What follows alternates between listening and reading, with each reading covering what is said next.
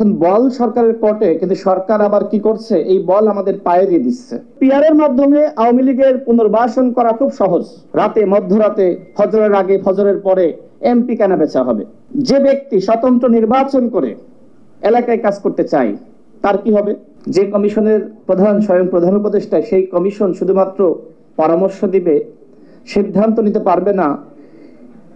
এই বক্তব্য দেওয়ার মাধ্যমে আপনারা মূলত দায় এড়াতে চাচ্ছেন, আপনারা দায় নিতে চাচ্ছেন না। দেখেন, আমরা দলগুলো এখনো পর্যন্ত ঐক্যমতে আসতে পারিনি।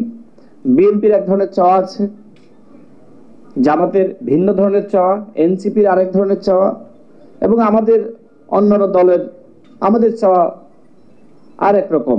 তাহলে সরকার এখন কি করবে?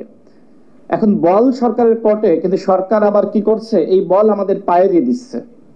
তার মানে জাতীয় ঐক্য সম্ভবপর হবে না, জুলাই সনদ নিয়ে ঐক্য সম্ভবপর হবে না। ওয়ালটন এখন দেশের সীমানা পেরিয়ে পৌঁছে গিয়েছে 50টিরও বেশি দেশে। ওয়ালটন, ঘরে ঘরে, বিশ্বজুড়ে। আপনি সরকারে গিয়েছেন সিদ্ধান্ত নেওয়ার জন্য, এখন সিদ্ধান্ত না নিয়ে যদি আপনি দলগুলোর উপরে দায় চাপান এবং বলেন যে দলগুলোর কারণে ঐক্য হচ্ছে না, তাহলে আপনার তো এখানে থাকার অধিকার নাই। এখন যখন পিআর হচ্ছে না, তখন পিআর নেতারা আন্দোলন করছে। তা আন্দোলন করতেই পারে, সেটি নিয়ে সমালোচনা থাকবে, কিন্তু আমার কথা হলো আলোচনাটা শেষ হোক। আর আপনারা যেহেতু বলছেন যে পিআর ছাড়া নির্বাচনে যাবেন না, এই বক্তব্য আপনারা যখন ঐক্যমত কমিশন আলোচনা শুরু করলো তখন বলতে পারতেন। এখন একদম শেষ সময়ে, যখন জুলাই জাতীয় সনদ নিয়ে আইনগত ভিত্তির প্রশ্ন আসছে, প্রসঙ্গ আসছে, তখন আপনারা পিআর নিয়ে আন্দোলন শুরু করেছেন। এর মানে কি? এর মানে আরেকটি সংকট আপনারা সৃষ্টি করতে চাচ্ছেন।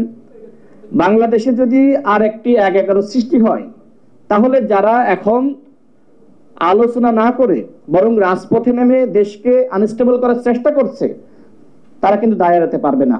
যে ব্যক্তি স্বতন্ত্র নির্বাচন করে এলাকায় কাজ করতে চায় তার কি হবে? পিআরের মাধ্যমে এই স্বতন্ত্র প্রার্থীর কি হবে?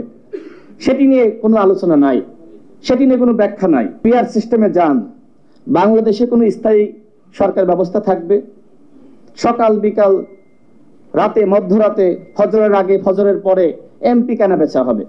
যে যত টাকা দিতে পারবে সেই জোটের দিকে একজন এমপি চলে যাবে। এই পিআরের মাধ্যমে বাংলাদেশে আরেকটি জাতিগত বিদ্বেষ, জাতিগত দাঙ্গা এবং ধর্মীয় বিভাজন বা দাঙ্গা লাগার সম্ভাবনা রয়েছে।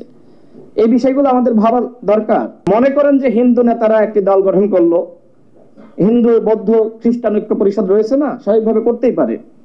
তখন এই আওয়ামী লীগের ভোট কিন্তু সেখানে যাবে, প্লাস গোপালগঞ্জ, মাদারীপুর, ফরিদপুর আওয়ামী অধ্যুষিত এলাকা, এই ভোটগুলো কোথায় যাবে? অর্থাৎ পিআরের মাধ্যমে আওয়ামী লীগের পুনর্বাসন করা খুব সহজ।